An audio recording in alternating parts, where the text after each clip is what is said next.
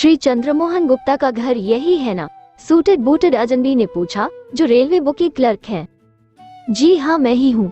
कमाल है, क्या आप लोग अखबार भी नहीं देखते? अखबार? क्या मतलब? श्रीमती माधवी गुप्ता आप ही की बहू है ना? जी, मगर बहुत बधाई हो, आपकी बहू के नाम 5 लाख रुपए की लॉटरी निकली है। मेरी बहू के नाम? अंदर खड़ी हिमावती के हाथों से इस बार देगची गिर ही गई थी।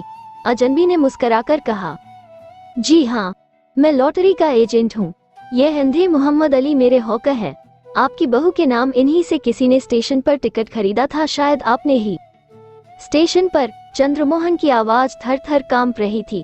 हिमावती ने लपककर आगे बढ़ते हुए कहा, जरूर हमारे बेटे ने खरीदा होगा। कहाँ है आपके बेटे और बहू? जी, वो तो बाहर गए हुए हैं। खैर, कोई बात नहीं। अजनबी ने कार्ड निकाल कर देते हुए कहा, यह मेरी दुकान का पता है। अपने बेटे और बहू को जल्दी से बुला लीजिए, क्योंकि अगली 25 तारीख को अर्थात आज से ठीक 15 दिन बाद आपकी बहू को मुख्यमंत्री के हाथों 5 लाख रुपए का चेक मिलेगा। जी, चंद्रमोहन ने कार्ड लेते हुए कांपती हुई आवाज में कहा। क्या बहू उपस्थिति जरूरी है कि? वो तो कानून है। चेक केवल उसी के हाथ में दिया जाएगा जिसके नाम टिकट खरीदा गया हो, चाहे मामला बाप बेटी का ही क्यों न हो। मगर क्यों? आपकी बहू? जी, वो वास्तव में माँ बनने वाली है। कोई बात नहीं, एक दिन के फंक्शन से क्या अंतर पड़ता है। ये लो, भगवान ने आपके घर में नए आने वाले प्राणी के भाग्य को पहले ही निश्चित कर दिया है। ईश्वर करे कि पुत्र हो। सिकंदर का मुकद्दर लाया है। ये कहकर वे दोनों चले गए और चंद्रमोहन कार्ड लिए हुए इस तरह आंखें और मुंह फाड़े हुए खड़े रह गए जैसे पत्थर के बन गए हों।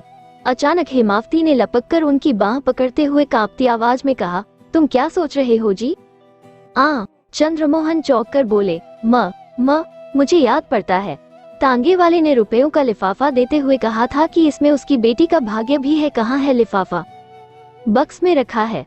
लाओ, जल्दी दिखाओ। हिमावती लपकती हुई अंदर आई। उनके पीछे पीछे चंद्रमोहन भी आए और हिमावती ने कांपते हाथों से लिफाफा निकालकर पति को थमा दिया।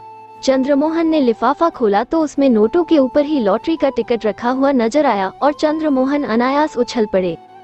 ये रहा टिकट, तब तो जरूर हमारी बहू के पिताजी ने ही खरीदा होगा।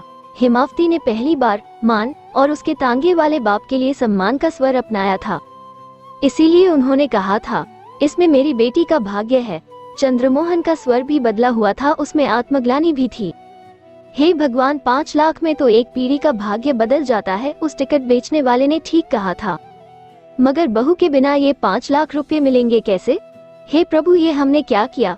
घर आई लक्ष्मी को धक्के मारकर निकाल दिया। हमने अकारण ही उस पर संदेह किया, हो सकता है उसके पेट में नलिन का ही बच्चा हो। मुझे क्या मालूम था, मेरी तो बुद्धि ही चौपट हो गई थी। तुम ही कुछ सोचते।